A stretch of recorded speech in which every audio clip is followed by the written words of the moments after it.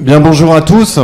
Merci de nous rejoindre pour cette table ronde, donc intitulée Crise, confiance et bien-être, organisée dans le cadre de la semaine Risques et incertitudes, à l'initiative de l'Université du Mans et de ses partenaires. Donc, je suis Thibault Lurad, je suis chef de rubrique pour le média The Conversation, un média qui a pour particularité de ne faire signer que des enseignants-chercheurs et des experts du monde de la recherche qui traitent de l'actualité de la recherche ou alors de l'actualité plus générale au travers du prisme de leur recherche personnelle. Alors évidemment, le sujet crise, confiance et bien-être, c'est un sujet qui est évidemment au cœur des préoccupations éditoriales de notre média et donc de la recherche. Et c'est un sujet qui entre parfaitement en résonance avec les questions qui se posent dans le débat public actuel, après pas loin déjà de 2 ans de pandémie. Alors pour réfléchir à cette thématique de la confiance et du bien-être dans la crise et en période de sortie de crise, on va accueillir 5 intervenants qui ont tous des approches bien différentes. Une approche économique d'abord avec Daniel Cohen. Daniel Cohen, vous êtes économiste, professeur et directeur du département économie à l'ENS Paris et vice-président de Paris School of Economics. Ensuite, on aura une approche sanitaire avec Judith Muller, qui est épidémiologiste à l'Institut Pasteur.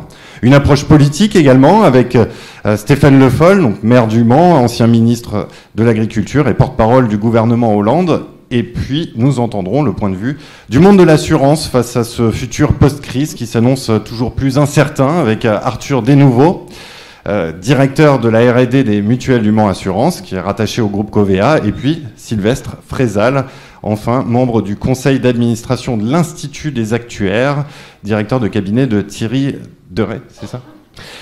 Qui est président directeur général de Covea, qui regroupe les marques MAF, MMA et GMF.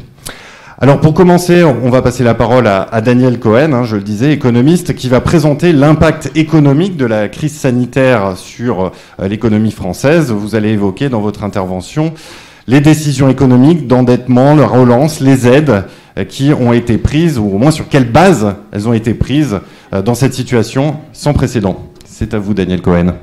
Merci beaucoup, merci de votre invitation. Donc quelques mots d'ouverture pour aller aussi au-delà de l'économie, puisque j'ai compris que le sujet de la table ronde était précisément de partir de l'économie, enfin de cette crise, pour essayer de comprendre au-delà de la crise économique elle-même, ce qu'elle nous apprenait du fonctionnement de nos sociétés. Et sans que ça ait la moindre importance, je ne suis pas vice-président de l'École d'économie de Paris, mais président de l'École d'économie de Paris. Et je ne suis plus, autant pour moi. Je ne suis plus directeur du département d'économie de l'ENS. Ça n'a absolument aucune importance. Mais qu'il n'y ait pas ce... Vous restez économiste quand même. C'est entre nous. Et justement, oui. Je vais essayer de ne pas être trop économiste pour parler de cette crise. Parce que, en effet, si on doit parler de cette crise, la première chose qui vient à l'esprit, c'est que c'est une crise qui, justement, est très différente des crises économiques et financières qu'on a eues par le passé.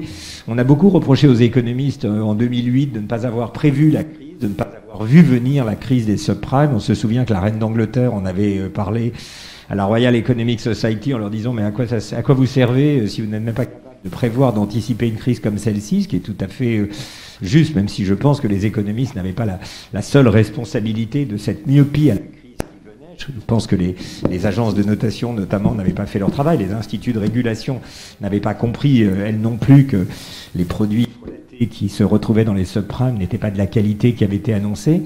Mais quand même, une fois qu'on dit ça, en 2008, les économistes ont très vite compris que cette crise ressemblait beaucoup à la crise de 1929 et que l'enjeu majeur était d'éviter les répétitions des erreurs qu'on avait commises en 1929 en matière de politique monétaire, en matière de politique budgétaire et en matière de politique commerciale, en matière de coopération internationale.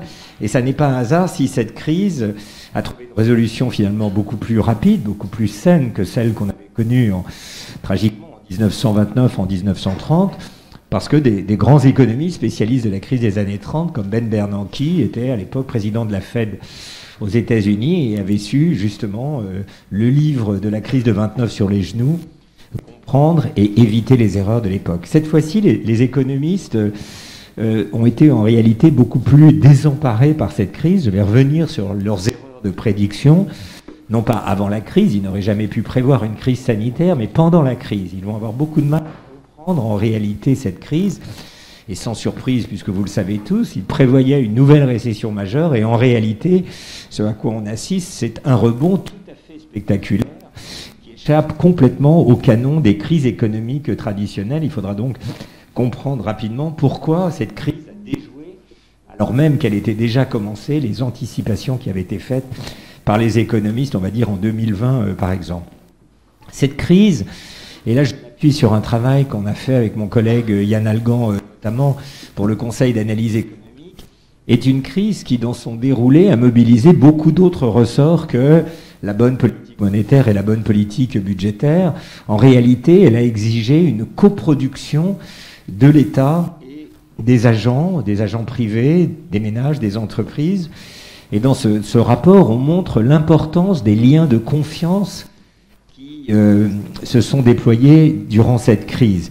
Les liens de confiance, qu'ils soient horizontaux, c'est-à-dire les liens de confiance des citoyens entre eux, du respect, par exemple, des règles de la distanciation sociale, non pas simplement dans l'espace public, au sein des entreprises aussi.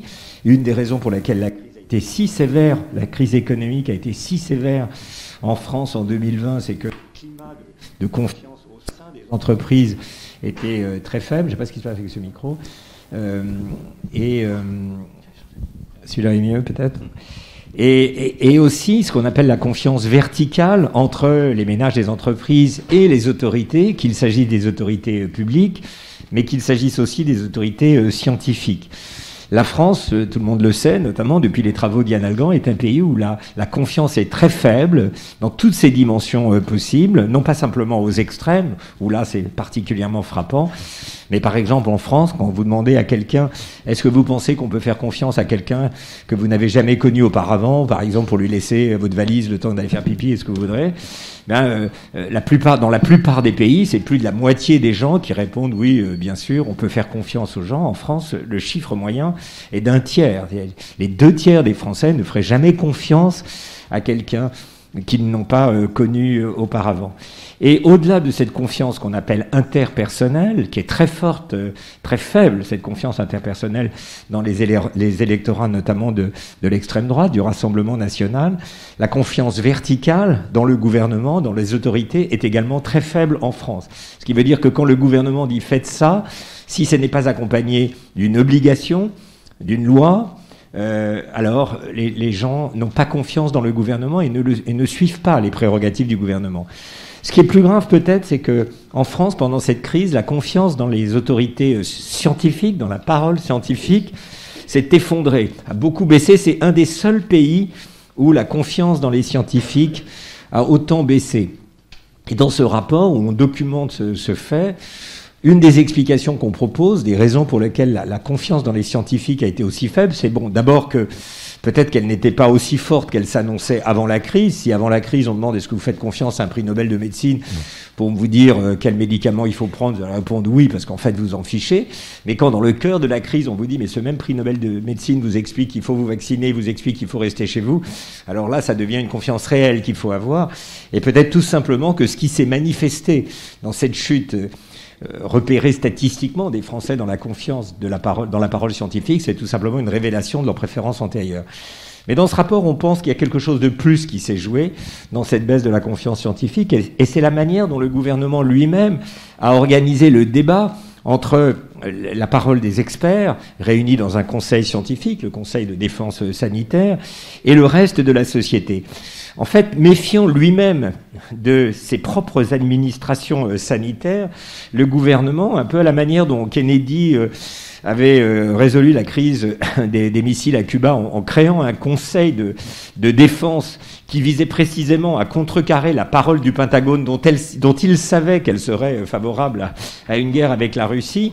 Un peu de la même manière, le gouvernement a créé un conseil scientifique hors sol, retiré des institutions classiques où la parole sanitaire devait s'exercer, pour avoir un conseiller du prince en quelque sorte, qui lui donne des recommandations sur ce qu'il fallait faire.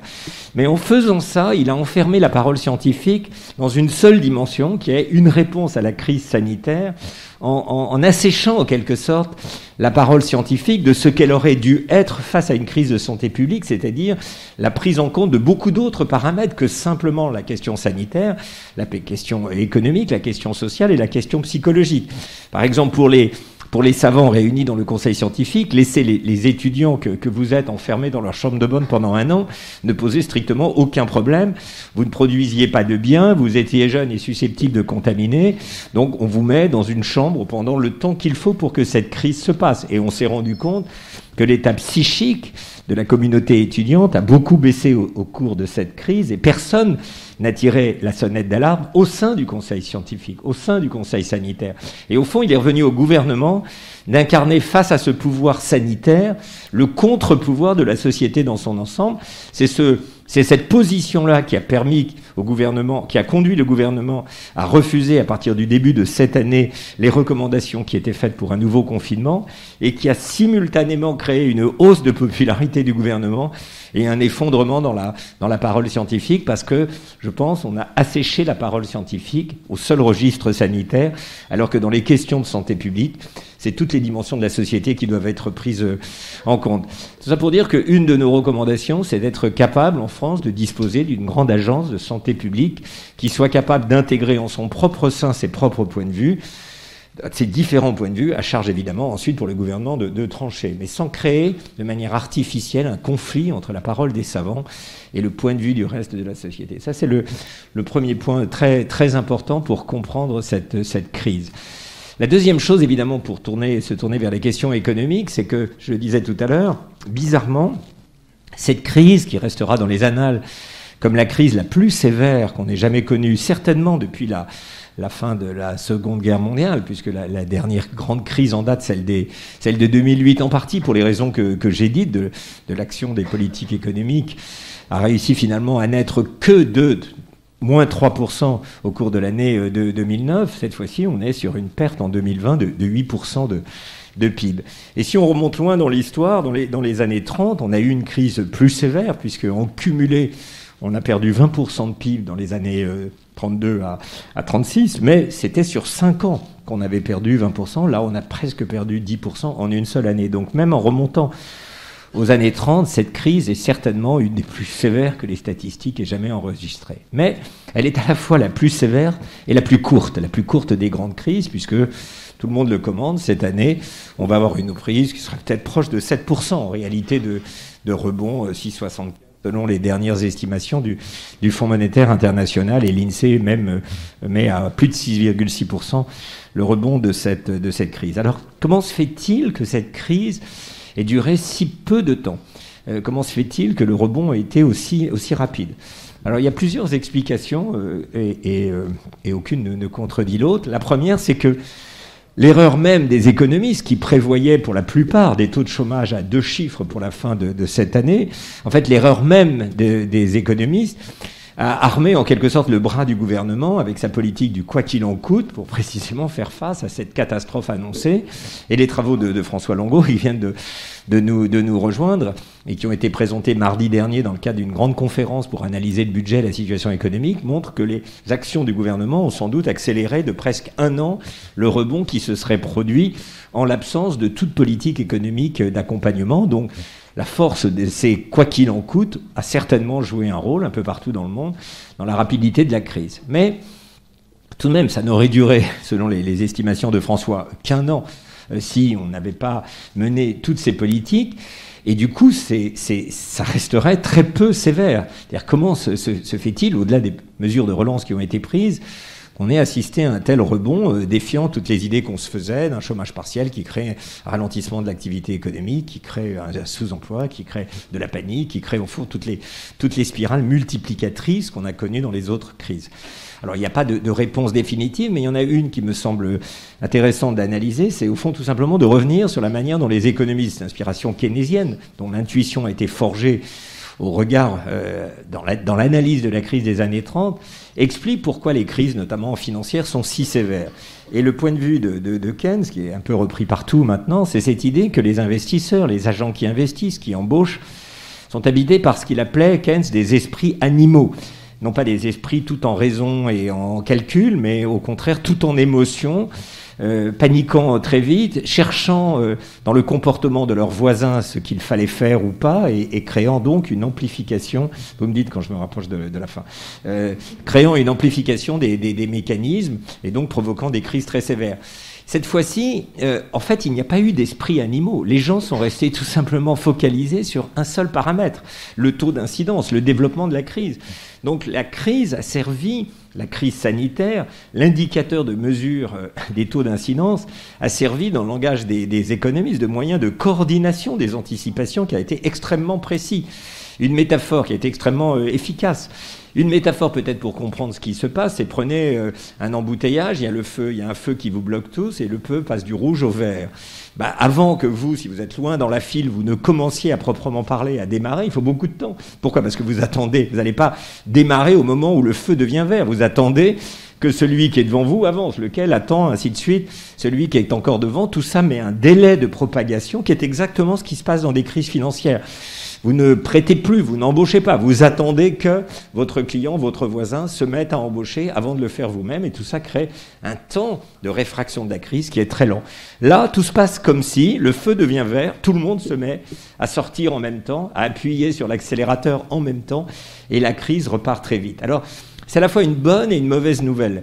C'est une bonne nouvelle parce que ça veut dire, en fond, ça nous permet de bien comprendre la nature des autres crises. C'est vraiment ce que les économistes disent parfois, un problème de coordination des anticipations, de subjectivité collective. C'est ça qui fait qu'une crise passe vite ou mal. Et cette fois-ci, avec les vaccins, tout simplement, la subjectivité collective a été à l'unisson de la résolution de la crise sanitaire elle-même. C'est aussi en réalité une mauvaise nouvelle, parce que ce que ça montre, et on le voyait déjà l'année dernière, c'est qu'en fait, les gens, quand ils sont confrontés à une crise comme celle-là, n'agissent pas en anticipation. Et ils ne sont pas capables, en quelque sorte, de calculer ce qui va se passer. Ils réagissent à l'événement quand il se produit. Donc l'année dernière, il y a eu le grand confinement qui s'est traduit par une baisse très spectaculaire des taux de contamination.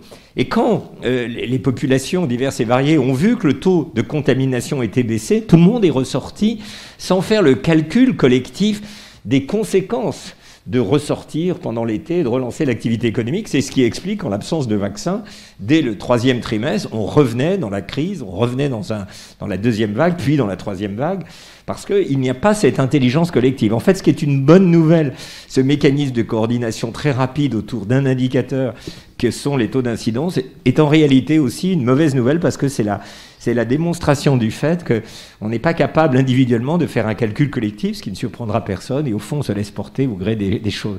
Si on fait le parallélisme qui a été fait très souvent entre cette crise sanitaire et la crise climatique qui s'annonce, on voit sans doute que cette crise et peut-être cette crise du Covid augure peut-être toutes celles qu'on va connaître au cours du XXIe siècle. On a parfois dit que la crise de 2008 était la première grande crise du XXIe siècle. En fait, on doit pouvoir dire, à la lumière de tout ce que je viens de vous dire, que c'était sans doute la dernière grande crise du XXe siècle. C'est une crise financière d'une facture en réalité très classique. Celle-ci est sans doute la première crise du XXIe siècle et il y a beaucoup de choses donc à en apprendre, notamment sur les mesures de relance, mais aussi sur le fait qu'il ne faut pas se raconter d'histoire sur notre capacité collective à anticiper les événements. On voit que la réponse à la crise climatique ne se fait pas par anticipation de la crise climatique, mais en réalité ne se fait vraiment que quand la crise climatique est prononcée, quand les étés deviennent caniculaires, quand le dérèglement du climat devient patent. C'est seulement à ce moment-là que notre intelligence collective est collectée. C'est ça la bonne et la mauvaise nouvelle.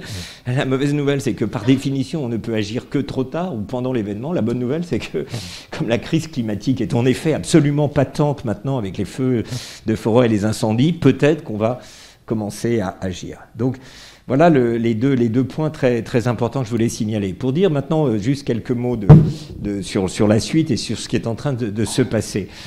En dépit de ce rebond très spectaculaire dont on doit tous se féliciter, qui fait que selon l'INSEE, on aura retrouvé à la fin de l'année un taux de chômage de peut-être 7,6%, même si le chiffre du 3e trimestre était un peu décevant à 8,1, mais à cause du retour sur le marché de l'emploi de beaucoup de gens qui en étaient découragés.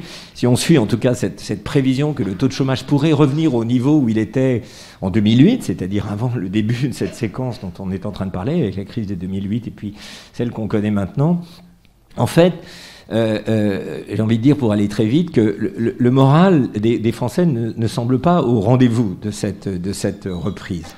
Une grande enquête qui a été faite par Le Monde, Ipsos et la Fondation Jean Jaurès montre que quand on interroge les Français aujourd'hui sur leur état d'esprit, sur leur humeur, les mots qui viennent souvent ne sont pas joie, exubérance, on revient, la vie est belle, mais incertitude, inquiétude, fatigue.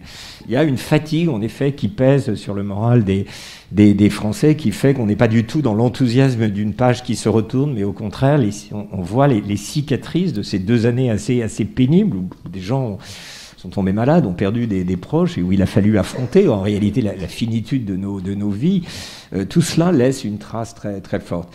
Et juste pour vraiment conclure avec un parallèle aux États-Unis, les Américains aiment bien baptiser les crises de The Great quelque chose. Donc la crise des années 30, elle s'appelait The Great Depression. La crise des années 2008-2009, The Great Recession, parce qu'elle n'était pas aussi sévère que la Grande Dépression des années 30. Celle-ci s'appelle, curieusement, The Great Resignation, la grande démission.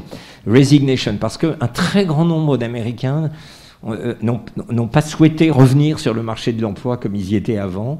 20 millions d'Américains, entre avril et septembre, ont démissionné pour retrouver un emploi après. 5 millions refusent de retourner sur le marché de l'emploi. Et les discussions qui s'annoncent sur la revalorisation des salaires dans les emplois exposés, l'hôtellerie, la restauration, n'est que l'un des signes qui est en réalité beaucoup plus diffus, en tout cas quand on regarde les éléments d'interprétation de cette crise aux États-Unis, que simplement une révolte des bas salaires contre des conditions de travail qu'ils n'acceptent plus. On voit que cette crise n'a pas du tout effacé les questions existentielles, au contraire, elle les a ranimées, que la question du sens n'a jamais été aussi profonde qu'aujourd'hui. Et donc, si on essaie de se projeter, là encore, sur ce qui va se passer avec une élection présidentielle qui s'annonce, on aurait tort simplement de ne parler que d'économie, même si c'est très important à cause de l'inflation, des questions de pouvoir d'achat. Mais je crois qu'au contraire, les questions existentielles qui ont été posées par cette crise restent en réalité très, très profondes. C'est certainement aussi importante que jamais. Et ça fait partie des leçons qu'il faudra tirer aussi de cette période qu'on vient de traverser. Voilà, je vous remercie. Merci beaucoup, Daniel Cohen. Pour ma part, je retiens la formule que cette crise est la première du XXIe siècle et que celle de 2008 est la dernière du XXe. On va s'intéresser maintenant aux mesures sanitaires avec Judith Müller, épidémiologiste à l'Institut Pasteur. Alors, pour vous, comment s'est passée cette période juste après l'éclatement de la crise sanitaire ?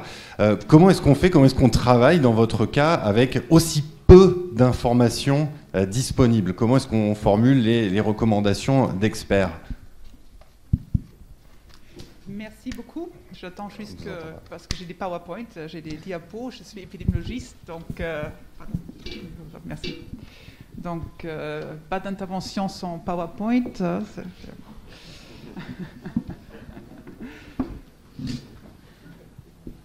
Donc, je suis médecin épidémiologiste. Je suis aussi membre de la commission technique des vaccinations, donc la CTV, l'autre autorité de santé.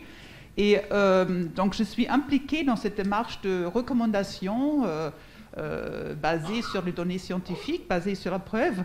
Mais quand je parle aujourd'hui, donc je parle vraiment en tant qu'épidémiologiste qui n'était pas vraiment impliqué dans la prise de décision. Donc, je vais prendre plutôt la position de l'observateur et je vais interpréter et je vais vous illustrer un peu comment j'interprète certains éléments.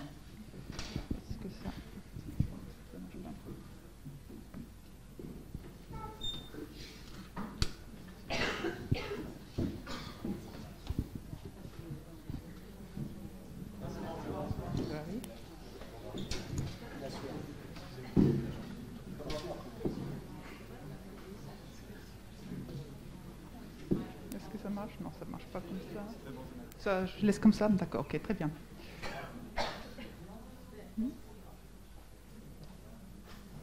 Non, ça reste comme ça. Ok, bon, si ça vous va. Voilà. Alors, je vais commencer un petit peu, et désolé, là, je change un peu de vitesse parce qu'on va entrer dans quelque chose un peu plus technique. Ce n'est pas le big picture, c'est beaucoup plus là maintenant un peu la petite technique, etc. Mais j'aimerais bien vous expliquer un peu parce qu'on parle des sciences quand on veut souvent dire l'épidémiologie en fait. Alors, qu'est-ce qu'on fait? On produit des données, des chiffres, qu'on va aussi après évaluer, alors nos propres données et puis les données des autres, de façon critique par rapport à leurs valeurs probantes. Comme il n'y a pas, dans notre domaine, il n'y a pas d'expérience en cage avec les humains, hein, on ne peut pas les faire, on ne fait même pas des essais cliniques, pas que. Donc on utilise des données de validité réduite par définition. C'est ça l'épidémiologie, donc des données qui ont des biais, qui ont des problèmes. Et ensuite, on va contribuer notre expertise que nous avons dans notre domaine dans la recommandation, dans le développement de la recommandation. Et là, attention, il y a l'épidémiologie des maladies infectieuses, à partir de laquelle on peut, par exemple, construire des scénarios, et on va en parler tout de suite. Il y a l'épidémiologie vaccinale, il y a l'épidémiologie de la santé mentale, il y a l'épidémiologie des maladies chroniques, l'épidémiologie sociale, donc en fait tout ce qui a été évoqué, les problèmes qu'on a observés pendant cette crise, mais il y a une épidémiologie pour cela. Donc ce n'est pas juste les sciences, les épidémiologies qui n'ont pas respecté les autres domaines, mais aussi il y a certains épidémiologistes qui n'ont pas été écoutés. Et puis je voudrais aussi préciser que la décision dans cette démarche de recommandation, elle appartient au processus politique. On n'est pas là pour prendre des décisions. Alors, pour formuler nos recommandations, en principe, il y a un processus bien décrit, assez rigoureux, pas toujours suivi pour plusieurs raisons. Mais là, vous voyez, par exemple, quelque chose qui est un peu absurde, les Guidelines for WHO Guidelines, mais c'est sérieux. Donc, il y a des bonnes pratiques, comment on établit les recommandations. Tout cela tourne beaucoup autour du risque... vous ne voyez pas très bien, malheureusement. Je lance une dernière fois. Non, ça ne marche pas. Il y a donc, on va prendre en compte les risques de biais, le risque d'erreurs aléatoires. Vous connaissez assez bien tout ça, c'est cette question de statistique, la cohérence entre les études, la pertinence des études, les biais de publication. Et en principe, il y a aussi tout un framework qui nous permet de voir de quoi est-ce qu'il faut tenir compte en plus dans les recommandations. Alors, pas seulement l'efficacité, le problème de santé publique, mais aussi des valeurs, l'acceptabilité, la faisabilité, l'utilisation des ressources et l'équité.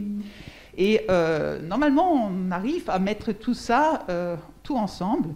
Et ce qui sort après, et ça c'est très important ici, on est très conscient du fait qu'il y a des recommandations qui ont une force importante, parce qu'en fait, la situation de la preuve, elle est claire. Et il y a des recommandations qui sont basées sur presque rien, alors où les choses sont très en équilibre et on ne peut pas vraiment se prononcer très clairement.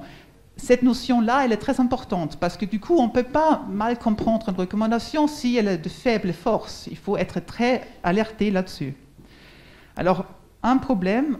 Maintenant, ça ne marche même plus. Comment ça... Là, il est bloqué. Non, ça avance. D'accord. Donc, un problème que nous avons avec cette démarche-là, basée sur la preuve, c'est que, ici, c'est une polémique lancée par des collègues épidémiologistes dans le British Medical Journal, donc un journal très sérieux. Et ils ont fait un peu, pour blaguer, moitié, pour critiquer, ils ont écrit un article sur une revue systématique parmi les RCT, alors des essais randomisés, sur l'efficacité de l'utilisation du parachute. Et donc, évidemment, il n'y a pas d'études, et donc ils concluent qu'on ne peut pas conclure sur cette intervention parce qu'il n'y a pas de preuves de bonne qualité. Et effectivement, c'est une blague, évidemment, mais il faut rappeler que pendant cette crise Covid, cette épidémie, on n'a pas arrêté d'être dans cette situation. Avec les masques, il n'y avait pas de preuves. Confinement d'un pays entier, il n'y avait pas de preuves. L'hydroxychloroquine, il n'y a pas de preuves. Donc, du coup, quelque part, on est dans une situation où, on est avec un parachute et il faut prendre l'hypothèse qu'il marche. Alors, comment ça s'est passé avec ce principe de recommandation fondée sur la preuve, evidence-based, qui est normalement établi, qui a sa maison dans les instances permanentes d'expertise. En absence de preuves, on a fait des recommandations de très faible force. Il y avait urgence, il y avait une vague de questions, donc des nouvelles instances ont été créées. On est passé à quelque chose qui existe, mais qui est considéré comme moins bon, qui est l'opinion d'experts. De l'opinion d'experts, on est passé à l'opinion d'autres personnes. Je ne critique pas forcément, hein. On peut critiquer, mais ça a aussi une logique, vu l'urgence, l'importance des questions. Et puis ce que je vais dire, c'est un souhait et un constat, les deux. Il faut un retour au processus fondé sur la preuve, dès que possible et là où possible. Et ce n'est pas toujours tout de suite possible, mais certaines questions peuvent être traitées de cette façon-là. Alors pourquoi est-ce qu'il faut confiner un pays entier? Donc là, je vais regarder avec vous 3 situations qui illustrent un peu quelques éléments de cette situation de l'utilisation de la preuve et pourquoi on ne peut pas faire. Il y avait, on est en février, mars 2020, il y avait des anciennes certitudes. En rétrospective, ils s'avèrent comme inadéquates à la Covid-19, mais ce sont des connaissances, des certitudes que je retrouve dans mes propres diapos des cours. Ils sont toujours là et je n'ai pas honte, mais effectivement, aujourd'hui, ça ne va plus. Alors, des mesures pour réduire les erreurs effectives. Alors, on va fermer les écoles pendant 1 semaine. Aujourd'hui, ça a l'air ridicule, mais autrefois, c'était quelque chose qu'on pouvait faire pour endiguer une épidémie. Alors, les masques chirurgicaux ne protègent pas contre l'infection, ce qui est toujours vrai, mais avec la Covid, le SARS-CoV-2, la question était est-ce qu'il empêche la transmission? Et effectivement, les masques le font. Et juste, on n'avait pas réalisé qu'on est face à une maladie transmissible par un aérosol, et donc cette protection-là, elle est essentielle. 3e point, l'infectiosité, elle dépendait beaucoup des symptômes. C'était un peu notre vision. Et donc, avec les autres coronavirus, le SRAS, le MERS-CoV-2, mais une détection précoce des cas, isolement des cas, pouvait mettre fin à une épidémie. Sauf que le SARS-CoV-2, mais la moitié des transmissions ont lieu en absence de tout symptôme. Donc, on ne le savait pas et donc, du coup, on avait des fausses connaissances, pas les bonnes connaissances. Et ce n'est pas la faute, c'est juste l'évolution des connaissances comme ça. Alors, qu'est-ce qui s'est passé en mi-mars 2020? Moi, je n'étais pas très chaud pour fermer tout un pays. Hein. Je vous ai expliqué pourquoi, parce qu'on avait nos connaissances. Mi-mars, j'ai pris une calculette, une ancienne Nokia, et j'ai fait la calculation, un peu quelques calculs. On savait que la létalité, donc le risque de mourir en ayant une Covid, était 1%. Ça a l'air pas très élevé. La probabilité de maladie, si on est infecté, elle était quand même 30%. À l'époque, on croyait que c'était un peu comme ça. C'est pas trop faux. On voyait qu'il y avait une croissance exponentielle des infections malgré l'isolement des cas. Donc quelque chose n'allait plus. Il y avait 67 millions de personnes susceptibles. On fait les calculs et on arrive à 101 000 décès dans les prochaines semaines. À peu près, on va dire 4 mois si on veut faire pousser les calculs plus loin. Et donc du coup, par rapport aux 15 000 décès attendus dans une nouvelle année de grippe, avec une épidémie de grippe, voilà. Donc c'est là où j'ai compris, on va tirer plutôt le parachute plutôt que faire autre chose. C'était donc une situation où la décision fondée sur la preuve, etc., on oublie, on tire tout simplement. Alors, un deuxième exemple, c'est la fermeture des écoles. Alors, cette discussion a tourné pendant des semaines, des mois. Elle a beaucoup divisé un peu les différents milieux des parents, des enseignants, à tous les niveaux. Alors, de quoi est-ce qu'on parle? Je vais avancer un peu comme ça. Alors, on avait des données discordantes. Il y avait plein d'études qui racontent différentes choses.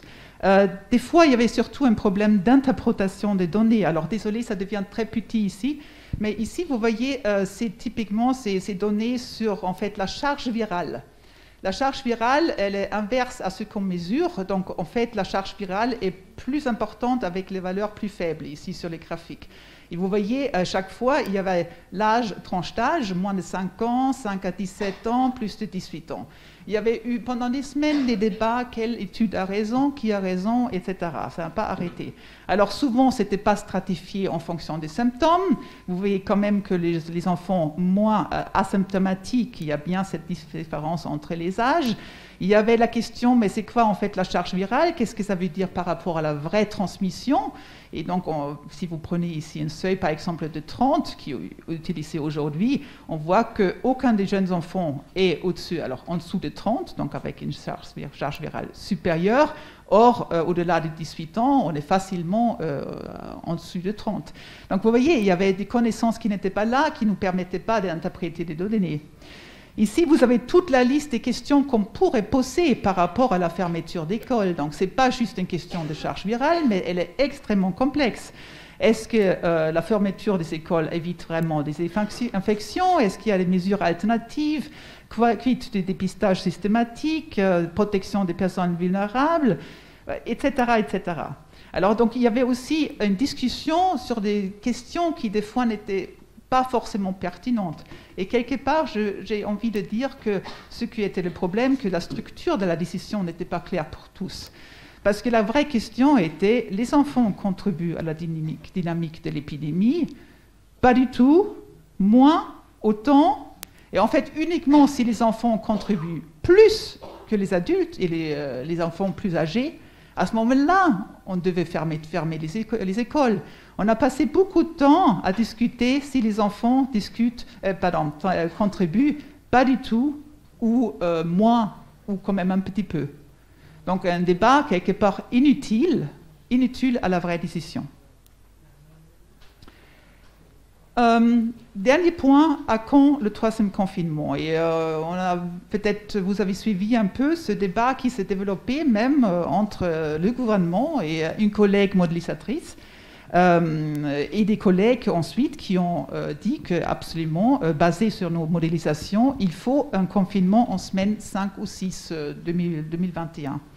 Alors c'est un modèle performant, je ne vais pas entrer dans les détails, vous les connaissez, ces modèles SIR. C'était issu d'un modèle sur la grippe, paramétré pendant 9 mois sur les vraies données en France à travers les différentes mesures et vagues de la Covid-19. Donc un super modèle qui marche bien. Vous voyez là, ils ont pu vraiment modéliser, prédire et puis valider en rétrospective les différentes phases de la deuxième vague. Maintenant, ici, début janvier, ils disent « Attention, les hospitalisations vont partir vers le plafond, c'est la catastrophe, il faut confiner ». Ça, c'est la courbe avec confinement. Ça, c'est la courbe sans confinement.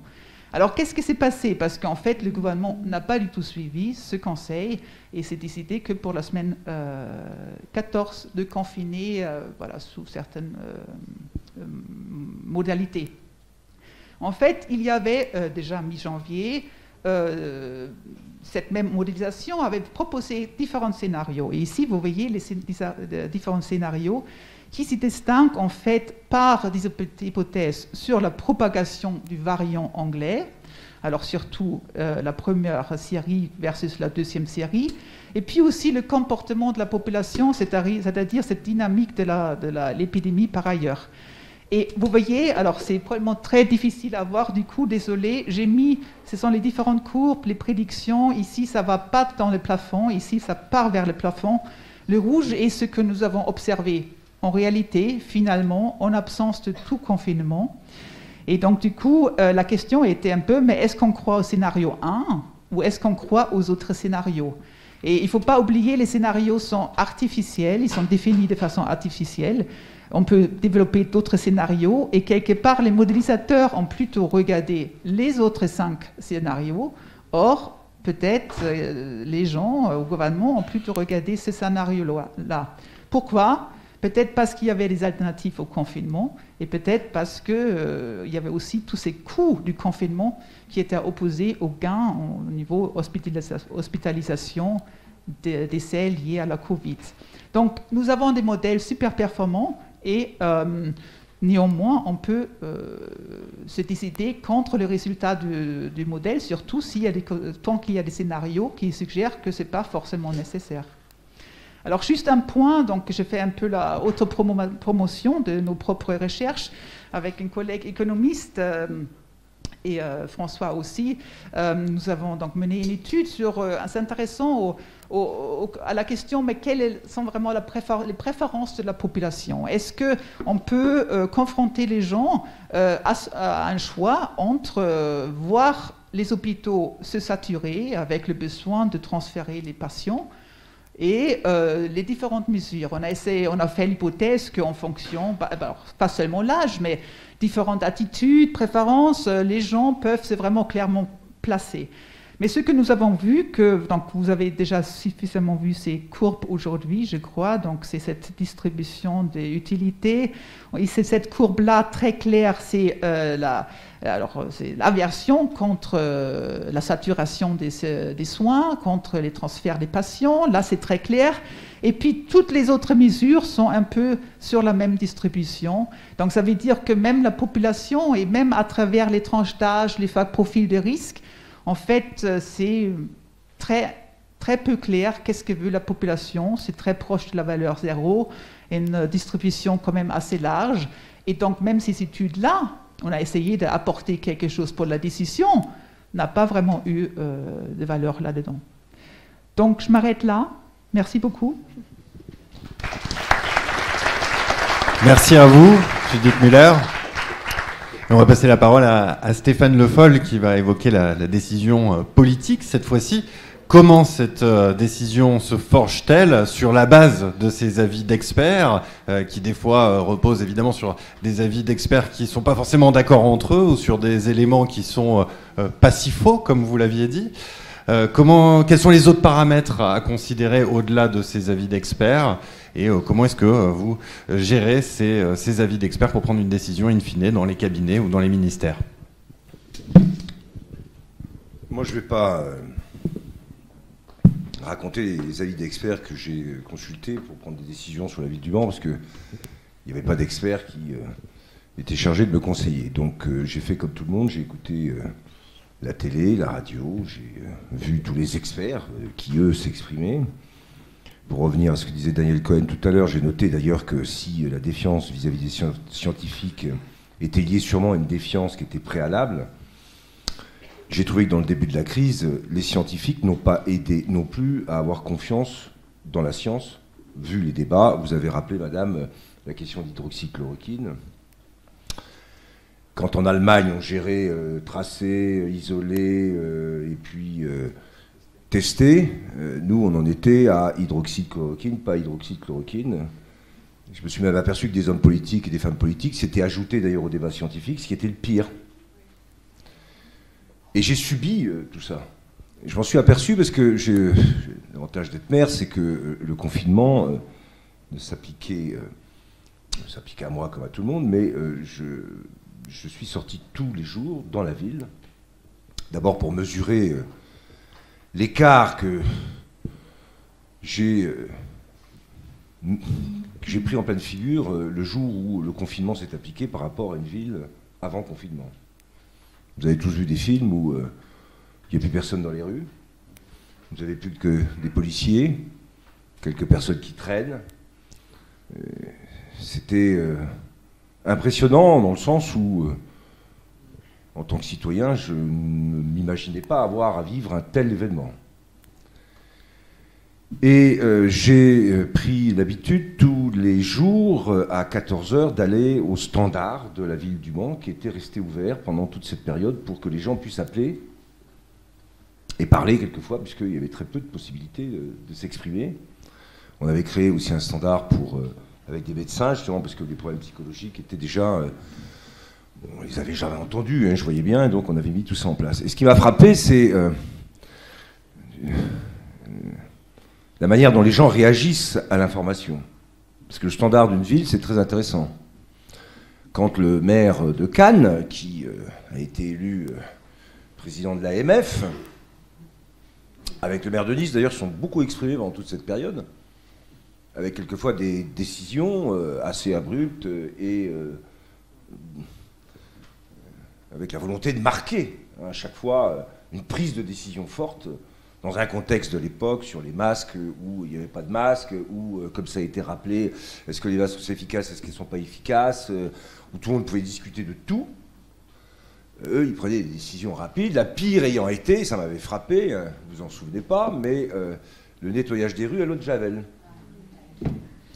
Et quand je reviens au standard, c'est très intéressant. J'arrive, j'ai dit, je suis sûr qu'il y a des gens qui ont appelé pour savoir pourquoi au Mans on ne nettoie pas les rues à l'eau de Javel. j'ai gagné mon pari. Donc il y a eu une surréactivité dans toute cette période. C'est très intéressant de voir que ce silence général, dans ce silence général, bruissait dans les téléphones et sûrement chez tout le monde, tout un tas d'idées, tout un tas de questions qui se posaient, tout un tas d'envie de trouver des solutions. Et c'est pour ça que le débat était très compliqué.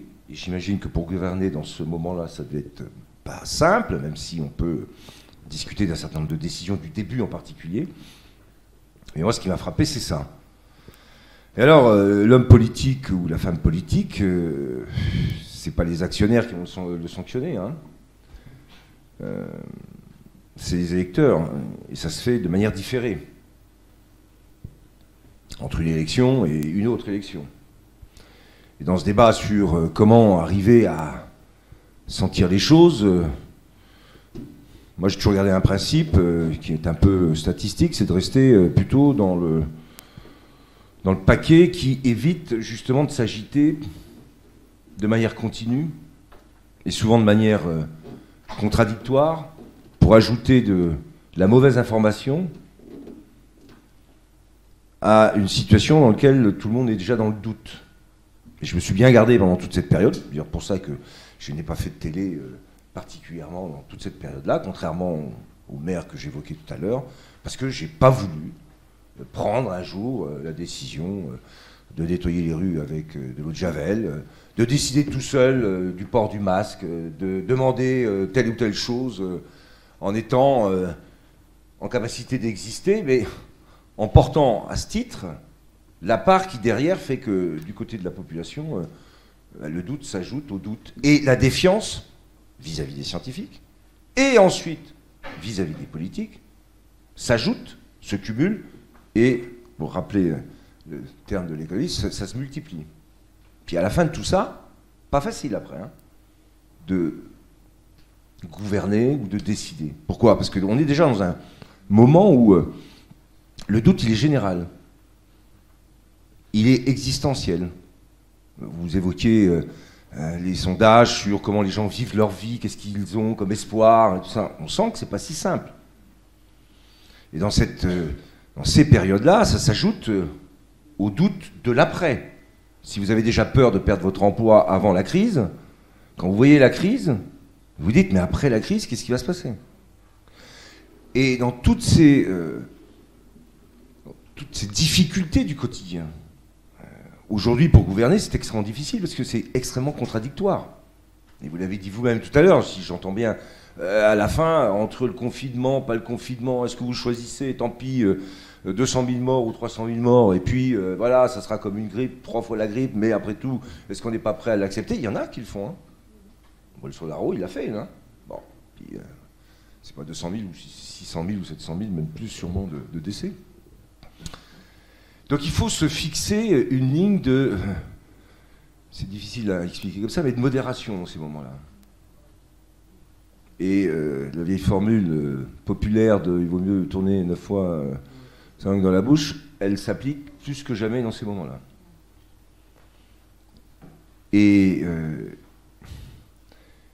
le risque qu'il y a eu dans cette période, c'était de voir à un moment l'incapacité des gens à accepter pourtant des décisions qui pouvaient être considérées comme mûrement réfléchies.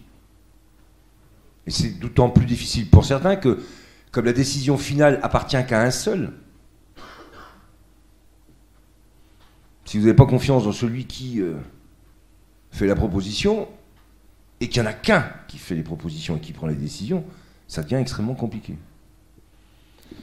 Et moi, ce qui me frappe dans ce débat aujourd'hui, c'est ça, c'est que y a une crise sanitaire, c'est la première crise économique du début du XXIe siècle, mais elle a derrière et en sous-bassement potentiellement un élément de crise démocratique aussi.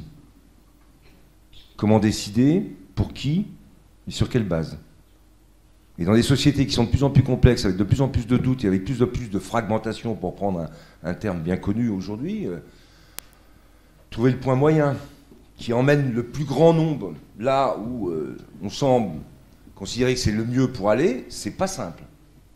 C'est pas simple.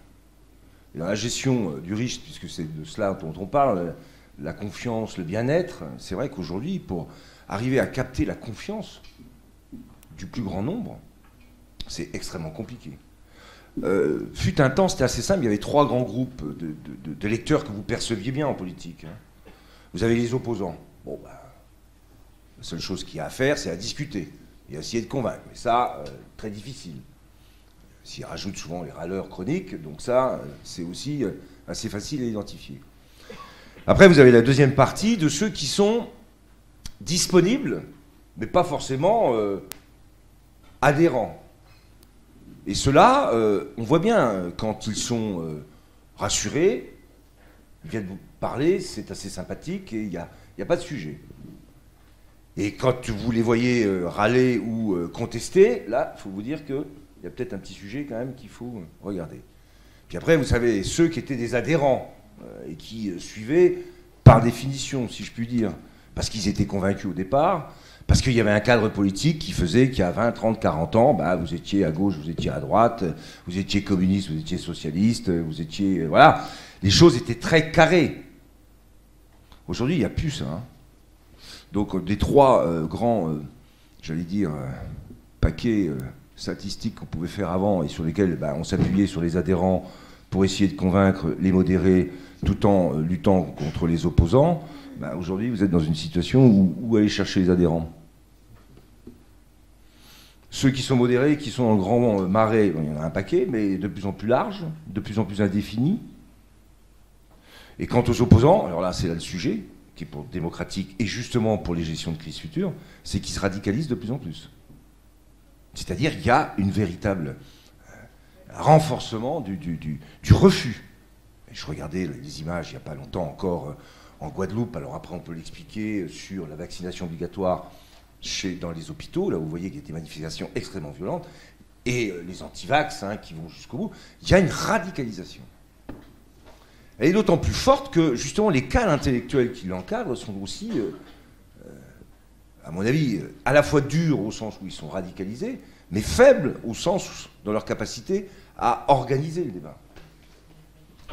Et pour la politique aujourd'hui, face aux défis atypiques et émergents, sur l'atypique, je suis capable d'en faire une certaine liste. Sur les émergents, c'est pareil, mais ça devient extrêmement compliqué. Parce qu'il n'y a pas d'outils si simples pour pouvoir, et on l'a montré là tout de suite avec la crise, pour pouvoir gérer tout ça. Donc moi, c'est plutôt ça que je voudrais vous dire, c'est que l'expérience que j'en ai eue de toute cette période, c'est que ça appelle plus que jamais au sens de la responsabilité. Et ce qui me peine plus que jamais aussi, c'est de voir que certains dérivent dans l'irresponsabilité. Dans des moments comme ça, il n'y a rien de pire. Parce que ça peut vriller très vite. Et donc, pour reprendre des termes aussi financiers et assurantiels, il faut de la prudence aujourd'hui. Il faut des règles prudentielles, mais dans l'expression. Et c'est ça que moi j'en tire comme conclusion pour l'instant. Après, le débat économique sur la relance, le quoi qu'il en coûte, évidemment. D'ailleurs, tout le débat de 2008 sur la relance monétaire qui a été faite, qui fait qu'on l'a suivi avec des créations monétaires quand même colossales, qui se retrouvent avec une liquidité assez importante, avec des impacts qu'on mesure à la fois sur le niveau de l'immobilier, sur la bourse et sur tout ça. Qu'est-ce qui va se passer avec cette liquidité maintenant? On voit bien l'inflation qui risque de repartir. Est-ce qu'elle est juste liée au rebond massif ou pas? C'est la grande question. Est-ce qu'elle enclenche un processus inflationniste ou est-ce qu'elle est liée uniquement au rebond actuel? Moi, j'ai du mal à le... Tu vois, je me dis, et si ça repart, ça change quand même pas mal la donne. Ça change pas mal la donne. Et en termes de risque, pour tout ce qui est la finance de l'économie, ça va peser, là. Qu'est-ce que va faire la Banque centrale dans les 6 mois qui viennent? Elle touche ou elle touche pas au taux d'intérêt? Pas rien, Et donc tout ça, c'est à venir. Et c'est vrai que c'est très difficile à anticiper parce que justement, tu le disais bien, il y a des effets de perception collective, de coordination là, qui sont extrêmement difficiles. Et l'expérience que j'en ai, c'est de vous dire que c'est effectivement extrêmement difficile parce que ça surréagit à tout. Dans des périodes de doute, il y a une surréaction à tout. Et donc arriver à coordonner la réaction, C'est ça qui est compliqué aujourd'hui et qui nécessite, je l'ai dit, beaucoup de prudence et d'avancer à chaque fois qu'on a acquis quelque chose, c'est d'aller ensuite plus loin, mais de ne pas vouloir sauter les étapes, parce qu'à vouloir aller trop vite, et on le voit bien d'ailleurs dans toute la crise, le début c'est le chaos, c'est les masques, c'est ceci, c'est la vaccination, comment elle s'appelait avec Henriette la première fois, vous inquiétez pas, ça va venir, c'est les débats sur... les mêmes d'ailleurs, tiens, pour revenir à certains que j'évoquais tout à l'heure, qui ont été chercher les vaccins Spoutnik, vous les entendez aujourd'hui parler du Spoutnik là ? Personne n'en parle plus. Il faut voir toutes les conneries qui ont été dites en l'espace d'1 an. Et jamais personne n'est venu dire, mais attendez, pourquoi vous aviez dit ça ? Vous en êtes où, au fait ? Tiens, Morin en Normandie qui avait dit qu'il allait acheter du Spoutnik, Muselier du Spoutnik, Estrosi du Spoutnik. Enfin, franchement, t'as envie de leur dire, mais qu'est-ce qui vous prend ? Bah, c'était pour faire les malins. Bon, bah, moi, je crois que dans ces périodes-là, il vaut mieux éviter de faire les malins. Merci beaucoup, Stéphane Le Foll. Il y a un secteur où ils n'ont pas fait les malins au début de la crise, c'est le secteur de l'assurance. On va en parler avec Arthur Desnouveau et ensuite Sylvestre Frézal. Alors justement, Arthur Desnouveau, je rappelle que vous êtes directeur de la R&D de MMA, le Mutuel du Mans Assurance, qui appartient au groupe Covea. Alors vous allez nous éclairer sur le secteur de l'assurance face justement à cette crise et à cette grande incertitude. Comment ça s'est passé d'abord pour vous au printemps 2020 ? Quels problèmes est-ce que vous avez identifiés et qu'est-ce qui est apparu et qu'il faudra désormais prendre en compte pour les assureurs ? Je peux déjà vous dire que je fais pas le malin de passer après Stéphane Le Foll pour parler assurance. Merci Stéphane de m'avoir savonné la planche, c'était très agréable. Non, je vais vous répondre assez rapidement aussi pour qu'on ait un temps d'échange. Finalement, pour moi, la première question qu'on peut se poser, c'est est-ce que cette crise pandémique, elle est assurable ? Et je crois que la réponse est non. Il y a vraiment une impossibilité d'assurer ces événements. Ça tient vraiment au principe de l'assurance tel qu'on le connaît aujourd'hui. C'est premièrement que l'assurabilité, c'est un principe de mutualisation et que tous les sinistres ne se produisent pas en même temps et sur l'intégralité du territoire, voire, dans le cas de cette pandémie, dans l'intégralité du monde. Et donc on voit que le risque de perte d'exploitation qu'on a subi suite à cette pandémie était complètement sériel. Et ça, c'est une première bonne raison que ce ne soit pas assurable. La deuxième, c'est que le risque de perte d'exploitation dans une pandémie comme celle-là, il n'est pas lié à une loi de la nature. Alors déjà, on a vu que comprendre la loi de la nature, c'était complexe. Mais en plus de ça, parce qu'elle est non modélisable, que c'est endogène. Mais en plus de ça, il faut bien comprendre que c'est finalement le politique qui décide quelque part de ce qu'il advient comme perte. Et qu'il y a des mesures spécifiques qui sont mises en œuvre par les pouvoirs publics et qu'elles sont encore moins modélisables, elles sont encore plus endogènes et qu'elles sont donc par là non assurables. La dernière chose, c'est que si on décidait que quand même on devait proposer un produit d'assurance non obligatoire, on aurait affaire à quelque chose de très important, c'est un grand biais d'anti-sélection. Vous sentez bien évidemment que tous les hôteliers et les restaurateurs viendraient s'assurer et qu'aucun site de e-commerce ne le ferait et qu'on se retrouverait juste à assurer les gens qui sont à peu près sûrs de prendre des pertes. Pour toutes ces raisons, il y a quelque chose dans cette crise qui touche aux limites de l'assurance et qui rappelle d'ailleurs aussi l'impossibilité d'assurer en temps de guerre. Ça a d'ailleurs été un mot très employé dans le discours politique. Et on touche ces limites-là. Et soit cette assurance devient obligatoire, un peu comme elle l'est pour les catastrophes naturelles. Et vous savez, les catastrophes naturelles, toutes les communes en France n'ont pas été touchées, mais pourtant tout le monde est obligé de souscrire à ça.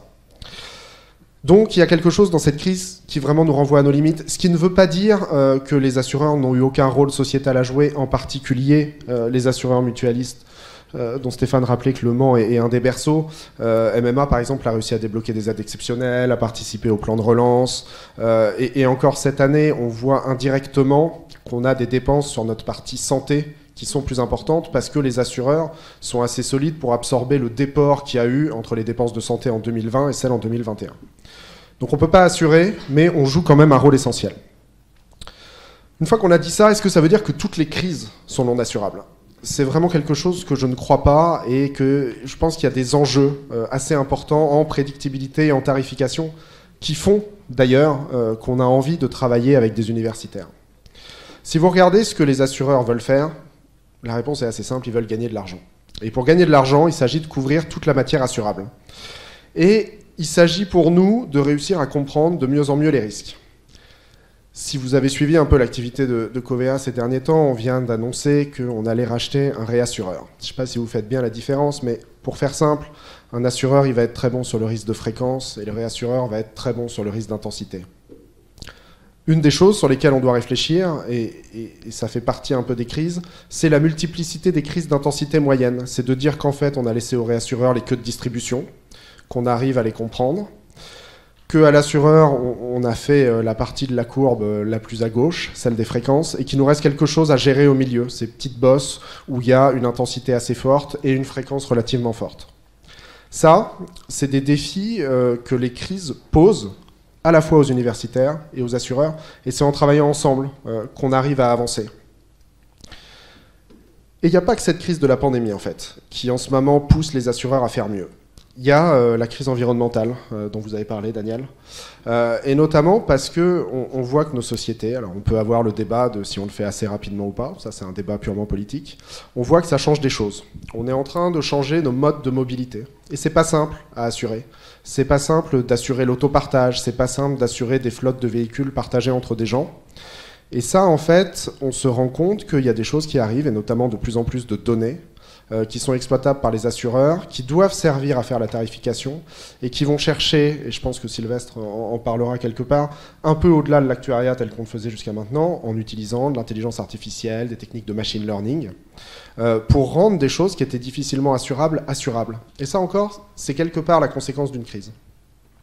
C'est la même chose si vous regardez en habitation. En habitation, tout le monde pousse pour le réemploi, mais le réemploi, c'est quelque chose de très peu normé. C'est quelque chose que les assureurs ont du mal à assurer. Et donc, il faut trouver d'autres manières de le faire.